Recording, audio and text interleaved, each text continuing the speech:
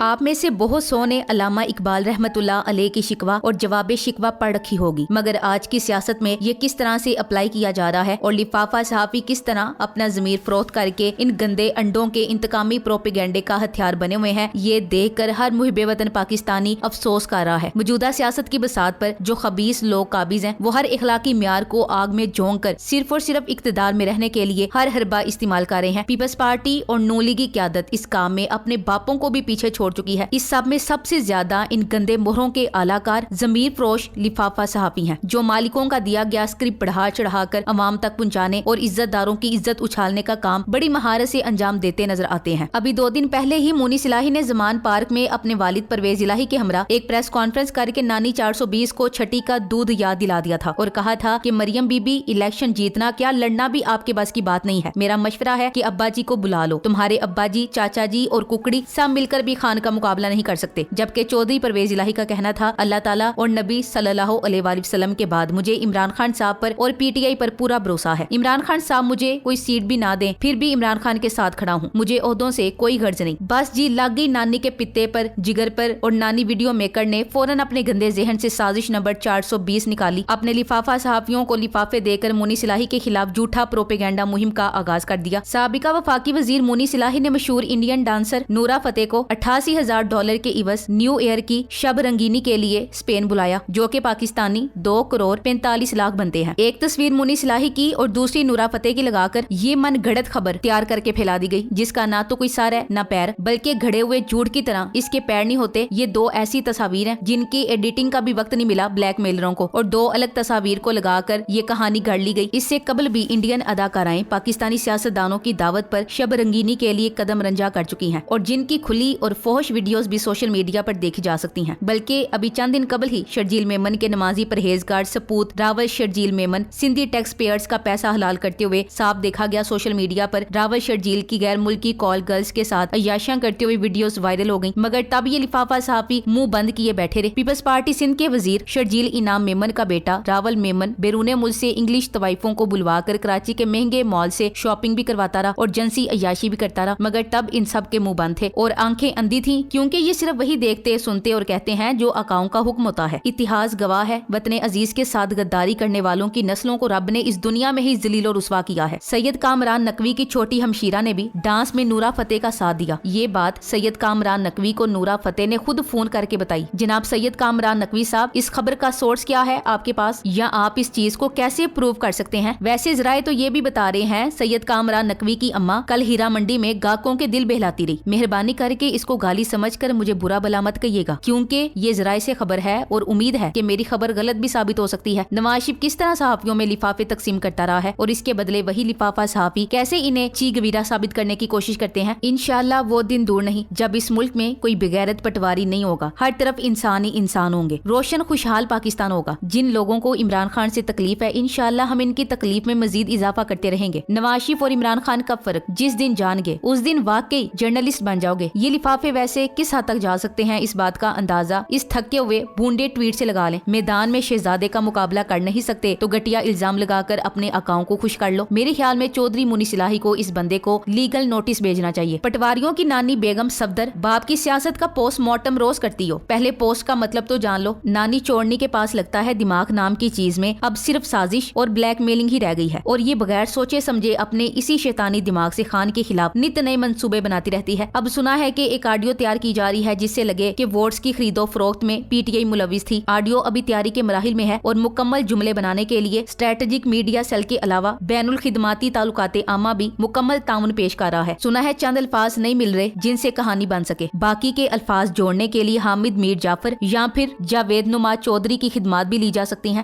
جھوٹوں کی ٹوٹا فیکٹری مالکان تک کوئی یہ فرمانے الہی پہنچا دے کہ جھوٹوں پر خدا کی لعنت ہے، باز آ جائیں۔ بھائی یہ جو بھی کر لیں، عوام کو گھنٹہ فرق نہیں پڑنا۔ اب فلاپ ایکٹر، فلاپ ڈرامے ہو چکے سب۔ عمران خان پر تنقید، عمران خان کے ساتھیوں پر تنقید اور سیاسی گٹیا الزامات، یہ سب وہ سیاسی ہیجڑے کارے ہیں جو زندگی میں کبھی کونسلر کا الیکشن نہیں لڑے۔ ان کی اوقات یہ ہے، یہ یا تو مخصوص نشستوں پر آتے ہیں یا مخصوص احکامات پر۔ جرأت ہے تو عوام کے سامنے خود کو پیش کرو۔ بابا جی فرماتے ہیں، پتر جب خطائیں